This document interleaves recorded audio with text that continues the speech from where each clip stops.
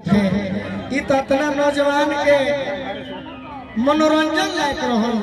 कुछ सभा में ऐसा बुजुर्ग भी बैठल बड़ा जो ओरिजिनल गीत सुने खातिर भी आई बड़ा। तो दुकानदार ऐसा बनो कि सब सामान उपलब्ध रखो, खाली आलू बेचबत ना हुई, टोटल बेच। अभी के जो गीत रहल रिकॉर्डिंग डांस टोटल नौजवान खातिर रहल। अब तनी ऐसा गीत गाओ जो न से तहर महिला के मतलब बुझाए।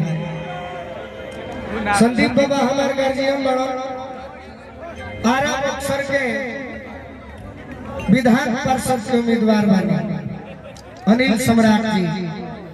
बड़ी साल पहले हमारा बातचीत होत रहे। हम यहाँ के खोज ना कहीं नाम हम सुनले रही, यहाँ के छोट भाई के खोज कहीं एगो गाना यहाँ के बड़ा पसंद रहल, उठवा के लिया कनवा के बोलिए।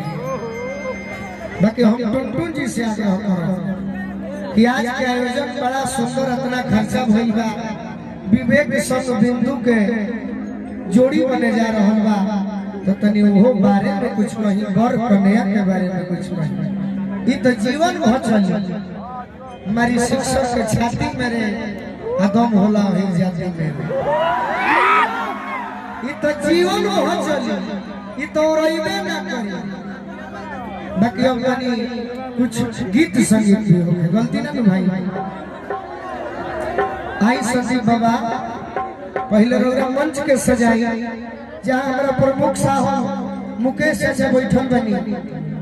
आई परिवार जो राजद परिवार है, दुनिया के ऐसा एगो परिवार बा जो कला के मान सम्मान देला, कलाकार के मान सम्मान देला। आरा के परिवर्तन रहले में हम गीत गौले रहनी कि सब लोग की बोले दांत पीस के हटाई वाली तीस के ना। तो 51,000 रुपये हमारे दूध पिए के मिले।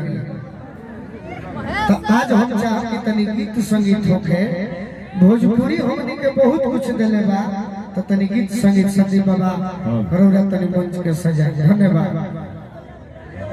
हाँ हर खिलान के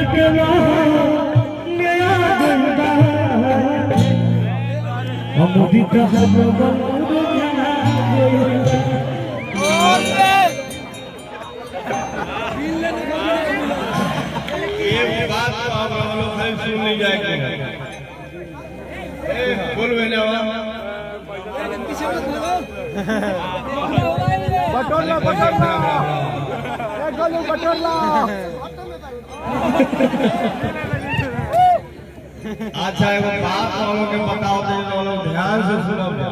सब लोग नया नया बात आज इतना बड़ साजिश, इतना बड़ उनका के फसावल गई। आज 90 के दशक से पहले अगर जब बुढ़ बुजुर्ग जे लोग होई जानत होई लोग कि कौन हाल रहे, कौन परिस्थिति रहे, कौन हाल माननीय लालू जी सब लोग के बाहर निकलने वाले। वो अगर केहू भुला जाए का कहे के बाद अब कहे लालू